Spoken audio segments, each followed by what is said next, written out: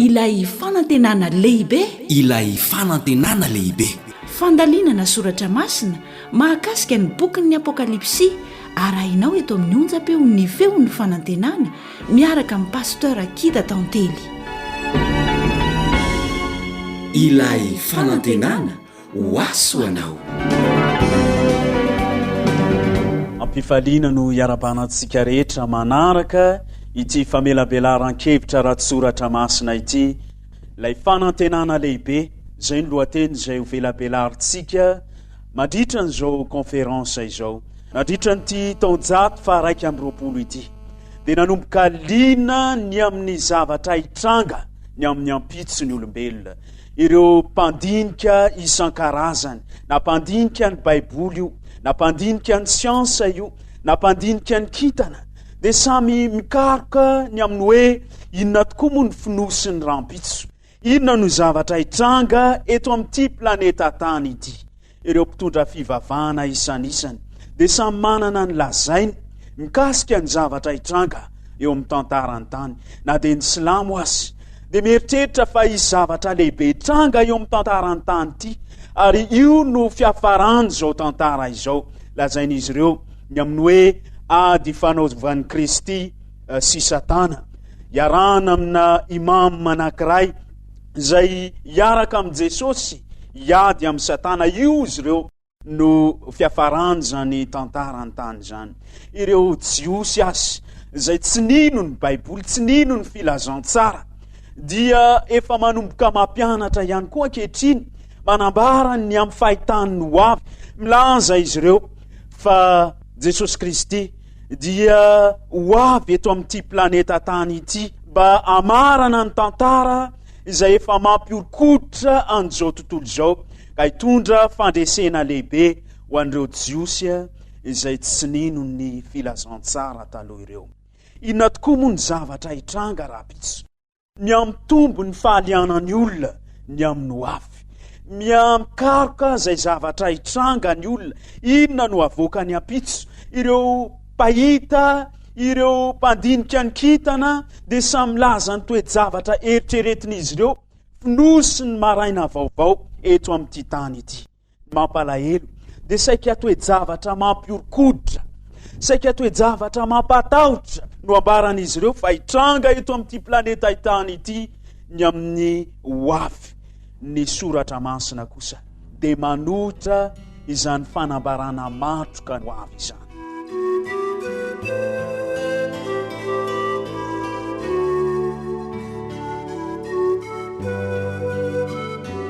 Raha mandinika ny boky ny soratra masina isika dia hita andininy 800 izay maminany ny hoavy. Ny 700 dia tanteraka avokoa, ny 700 kosa no andalam-panatanterana. Izany dia milaza amintsika fa raha amantatra ny hoavy isika dia ny baiboly ny boky tsara indrindra eo ampelantanantsika, tenin'Andriamanitra velona, mirakitra fanantenana lehibe ny amin'izany hoavy eo amin'ny fiainantsika izany. Ataovaka itsika amin'ny Isaia 47, ny 7 sy ny 10 manao hoe: tsarovy ny zavatra taloha izay fa lasa ela, fa izao no Andriamanitra ka tsy misy hafa, izao no Andriamanitra ka tsy misy tahaka, izay manambara ny farany hatramin'ny voalohany. Tsy mandehandeha ho azy ny fiainana eto amin'ity planeta tany ity, tsy miodikodina, tsy misy fiafarana izany, fa nisy fiatomboana ary misy fiafarana. Ambonin'izany dia Andriamanitra mihitsy no mifeny tantarany ity tany ity, eo ampelantanany ny toe-javatra mitranga. Izy no mitarika ary mikarakara amin'ny fomba manokana, manome fanantenana ho antsika, apitraka antsika ny hoavy eto amin'ity tany ity, mahafantatra ny farany hatramin'ny voalohany Andriamanitra. Ny boky ny Apokalypsy izay hodinitsika dia aneo amintsika zany fanantenana ny amin'ny fitondran'Andriamanitra an-tanana ny fiainan'ity tany misy atsika ity. Rehefa miresaka boky ny Apokalypsy isika dia indraindray miorokoditra hoe ohatrany boky mampatahotra izany, sovaly, bibidia, dragona, ady ny Armagedona, Babilôna, isa 7, isa 9, ohatra ny matahotra isika hitrandraka andinika amaky izany boky ny Apokalypsy izany na ny lohateny ty boky ty aza nefa de miresaka amintsika fa boky misokatra ny boky ny Apokalypsy. Io lohateny hoe Apokalypsy io de midika hoe fanambarana na fanokafana. Amin'ny toko 2 amin'ny 10 amin'ty boky ny Apokalypsy ity de zao nolazainy amin'ny anaran'i Jesosy. Ary hoy izy tamiko, aza sina tombo-kase ny tenin'ny faminaniana amin'ty boky ity fa atombotra ny andro.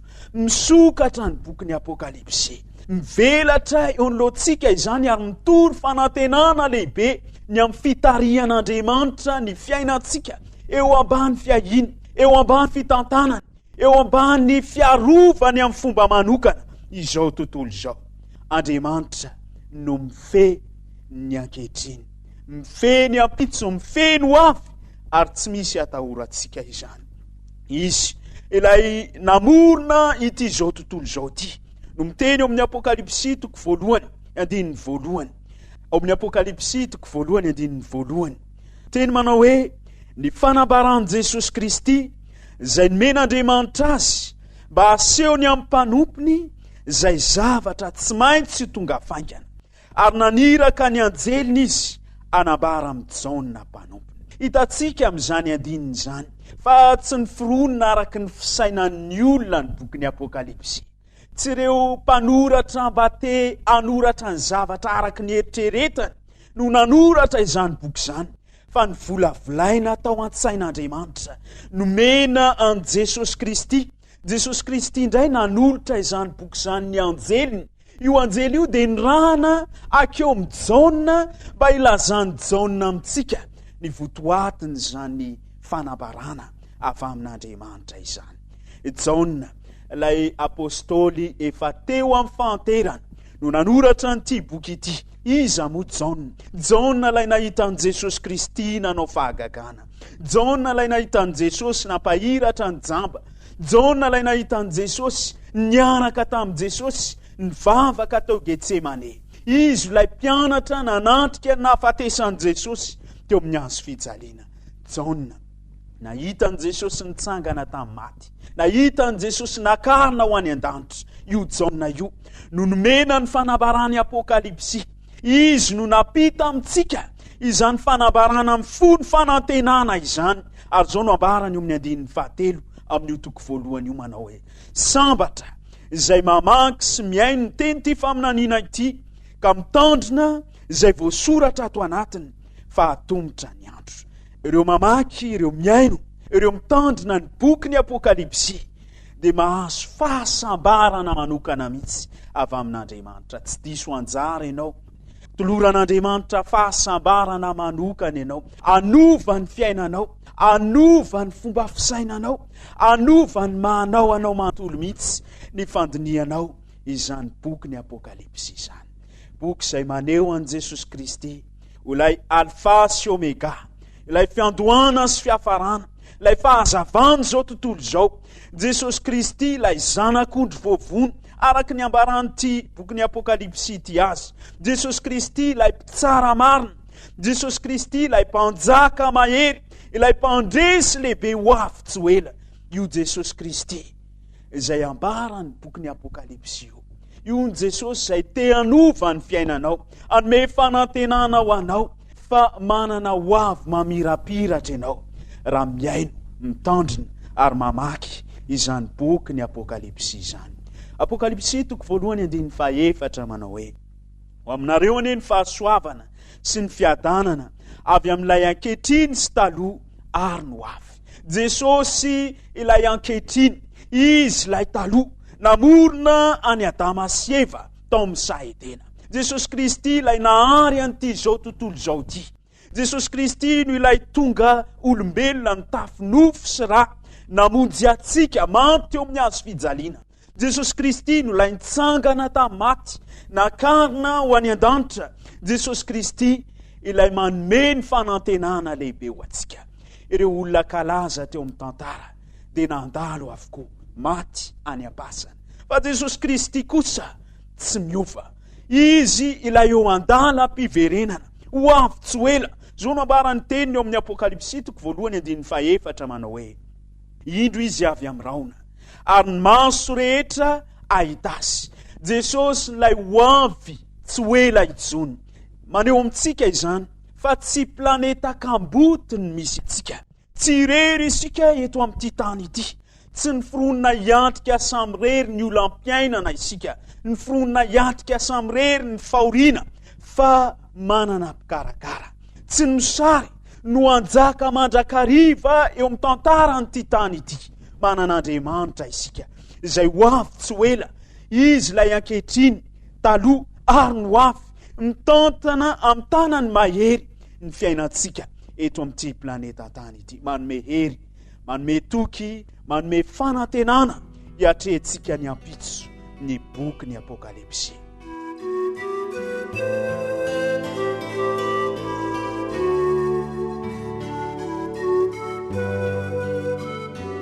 Andeha isika hiverina any amin'ny nosy Patmo, izay nanoratany apôstôly Jaona teo amin'ny fahanterany izany boky ny Apokalypsy izany. Andinika ity boky mirakitra fanantenana lehibe ity. Andinika ny amin'izany boky izay mirakitra mifono fanantenana ho antsika taranak'olombelona izany. Indraindray isika mieritreritra fa zavatra mampatahotra mandrakariva no finosiny ity boky ity, to fahoriana, to fijaliana, to ranomaso, to ady, to ramandrika. Zany tokoa ve no izy? Raha mijery eo amin'ny Apokalypsy 5 isika, dia to mahita tokoa fa misy boky anankiray izay mampiorokoditra, natao tompo-kase, miresaka ny amin'ny fitsarana mampatahotra. Kanefa eo amin'ny farany zany 5 zany dia aseho ny amin'ny fanantenana ho antsika.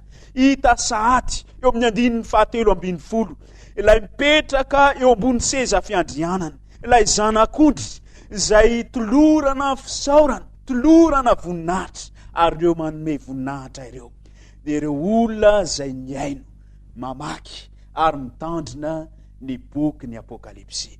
Ireo izay mandray an Jesosy Kristy ho mpifehy ny fiainany manokana. Eo amin'ny Apokalypsy 1 sy ny 7 dia to mahita isika tompo-kaseny voana izay mampiseho androm-pahoriana mifanesy eo amin'ny tantaram-piainan'ny olombelona, kanefa eo amin'ny fiafarany dia aseho sahady. Ireo olona mivoaka avy ao anatin'ny fahoriana, iaina fiainam-pandresena, hiditra amin'ny fiainana mandrakizay. Eo amin'ny Apokalypsy 7:4-5 dia izao no ambara hoe: ireo no avy amin'ny fahoriana lehibe, manomboka amin'ny fahoriana, manomboka amin'ny ady. Ireo toky tsirairay ao amin'ny boky ny Apokalypsy, kanefa kosa aseho sahady eny amin'ny fiafarana ny fandresena ao anatin'izany toky izany. Ny 4:4 sy 5 dia izao no ambara hoe: ary noho izany dia mitoetra eo anoloan'ny seza fiandrianan'Andriamanitra izy. Izany fandreseny vahoaka voavonjy izany no hiafaran'ilay toky ohatrany mampiorokoditra, maneho fanandrinana sy ady mifanesy eo amin'ny tantaran'ity tany ity. Raha mijery eo amin'ny 5 sy 7 isika, mahita an'ireo tropetrany tsofin'ny anjely, tropetrany ady, tropetrany ramandrika, tropetrany korotana, tropetrany faharavana. Kanefa inona ny hafaran'izany toky izany? Eo amin'ny 1:10 ny 5 dia izao ny voalaza: ny fanjakana amin'izao tontolo izao dia efa lasan'ny tompontsika, ary izy no anjaka mandrakizay. Aseho any amin'ny fiafarany toko ny fandreseny Jesosy Kristy. Raha akapoka amin'ny teny anankiray ity boky ny Apokalypsy ity dia azo atao hoe boky ny fanantenana lehibe. Na dia manomboka amin'ny zavatra mampiorokoditra, zavatra mampatahotra, fahoriana maro samihafa zareo toky tsirairay ao anatin'izany boky izany, dia miafara amin'ny fanantenana, miafara amboninahitra, miafara amin'ny fandresena mihezinezina izay efa eo am-pelatanan'Andriamanitra, ary omeny antsika ihany koa raha manaiky izany isika. Raha mijery ny 7 sy ny 4 isika, miresaka ny amin'ny bibidia manam-pahefana, ary manapatra izany fahefana izany ho amin'ireo izay eo ambany vahony rehetra eto amin'ity planeta tany ity. Kanefa inona ny fiafarana? Eo amin'ny Apokalypsy 4 ny 4 sy 5 dia izao no lazain'ny soratra masina: Ary indro nahita raona fotsy aho, ary nisy tahaka ny zanak'olona nipetraka teo ambony raona, izay nisatroka satroboninahitra volamena, nitana fijijana maranitra teny an-tanany. Ary nisy anjely ray koa nivoaka avy tao amin'ny tempolo, niantso tamin'ny feo mahery ka nanao tamin'ilay mipetraka teo ambony raona hoe, arsoy ny fijinjanao ka mijinja, satria tonga ny andro fijinjana, fa masaka de masaka ny vokatry ny tany. Miafara amin'ny fahitana an'Andriamanitra, mipetraka eo ambonin'ny seza fiandrianana, manolotra ny fandresena mijinja amin'ny fotoana farany eto amin'ity tany ity, anomezana ny rehetra ny valinasany.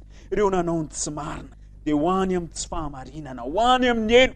Ireo nanao ny marina kosa dia hita sahady ao anatin'izany boky izany, miara-manjaka amin'ilay mipetraka eo ambonin'ny seza fiandrianana.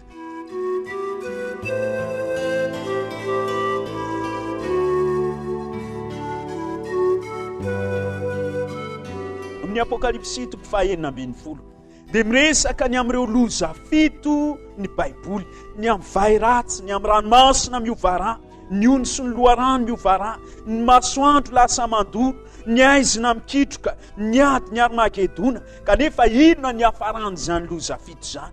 Ny fiavian'i Kristy ho avy amin'ny kely, ho avy amboninahitra. Izao ny voambara eo amin'ny 7:20 amin'ny Apokalypsy 9:20 manao hoe, ary ny 7 dia nampidina ny tondro-viny tamin'ny rivotra, dia nisy feo mahery nivoaka avy tao amin'ny tempolo teo amin'ny seza fiandrianana, nanao hoe, vita. Eo amin'ny 4:40 amin'ny Apokalypsy 7:20. Ireo dia hiady amin'ny zanak'ondry, ary ny zanak'ondry haresy azy, satria tompony tompo sy mpanjaka ny mpanjaka izy, ary haresy azy koa izay momba azy. Dia olona voantso sy voafidy ary matoky.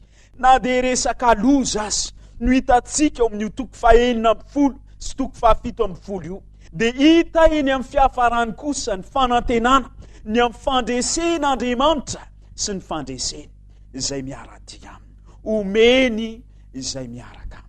Na dia mandalo fahoriana isika eto amin'ity planeta tany ity, na dia miantrika fijaliana aza isika, ka toa tehiteny amin'Andriamanitra manao hoe, Andriamanitra, mbola izy koa ve izany loza 7 izany? Efa ampia ny fahoriana hiaretako ato anatin'ny tokantrano, efa ampia ny fahoriana hiaretako amin'ny tsy fananako azy, efa ampia ny fahoriana hiaretako amin'ny ditra ny ankisy. Miteny amintsika ny boky ny Apokalypsy, fa miaraka amintsika ao anatin'izany fahoriana izany Jesosy Kristy. Efa fantany izany hoe nolaviny, efa fantany izany hoe nivadiany sakay zakaiky izany, efa fantany izany hoe nombona tamin'ny hazo fijaliana, maty niditra tao am-pasana nalevina izany. Kanefa io Jesosy io, nolay Jesosy ihany koa izay iverina mikery sy amboninahitra, anolotra atsika ny fanantenana ny amin'ny fiainana mandrakizay. Amin'ny Apokalypsy 9:24 manao hoe, ho fafany ranomaso rehetra masony, ary tsisy fahafatesana intsony, sady tsisy alahelo na fitarainana na fanantainana, fa efa lasa ny zavatra taloha. Io Andriamanitra io izay amafa ny ranomaso rehetra masontsika tsy ho ela intsony, dia te hanao zavatra ihany koa eo amin'ny fiainanao.